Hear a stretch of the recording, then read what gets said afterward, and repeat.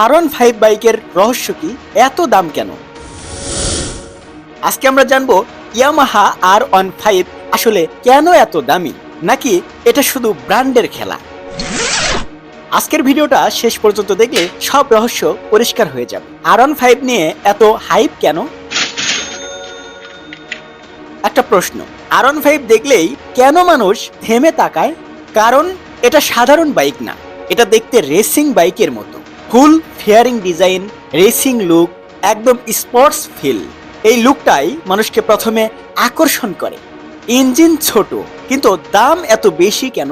অনেকে বলে, ভাই 150 সিসি বাইক, এত দাম কেন? এখানেই আসল রহস্য।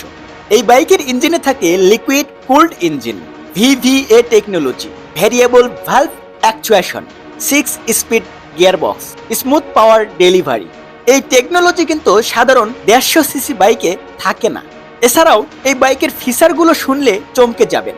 এখন শোনেন ফিচারগুলো: dual channel ABS, assist and slipper class, traction control, quick shifter, full digital TFT display, bluetooth connectivity.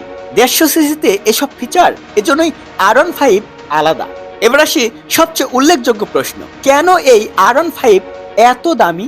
প্রথমত প্রিমিয়াম টেকনোলজি, দ্বিতীয়ত রেসিং ওরিয়েন্টেড বিল্ড, তৃতীয়ত ইয়ামাহা ব্র্যান্ড ভ্যালু, চতুর্থত ইম্পোর্ট প্লাস ট্যাক্স কস্ট, পঞ্চমত কোয়ালিটি অ্যান্ড ডিউরাবিলিটি। এটা commuter bike না, mini sports bike. চলুন এখন জানা যাক reality check. Let's go. R15 আসলে কাদের জন্য? প্রথমত বলি, সামর্থ্য থাকলে এটা সবাই কিনতে পারেন, প্রয়োজনে কিংবা শখের বশে। বিশেষ করে যারা স্টাইল চান, যারা স্পোর্টস ফিল চান, যারা ইয়ামাহার কোয়ালিটি বোঝেন, যারা বাইককে ভালোবাসেন, তাদের জন্য R15 বেস্ট একটা বাইক। মূল কথা, R15 দামি হলেও এটা ওভার প্রাইসড না। R15 একটা প্রিমিয়াম, এবং আমাদের বাজেট ছোট থাকায় এটাকে একটু বেশি প্রাইজের মনে হয়। বন্ধুরা, R15 নিয়ে আপনাদের মূল্যবান মতামতগুলো অবশ্যই কমেন্টে লিখে জানাবেন।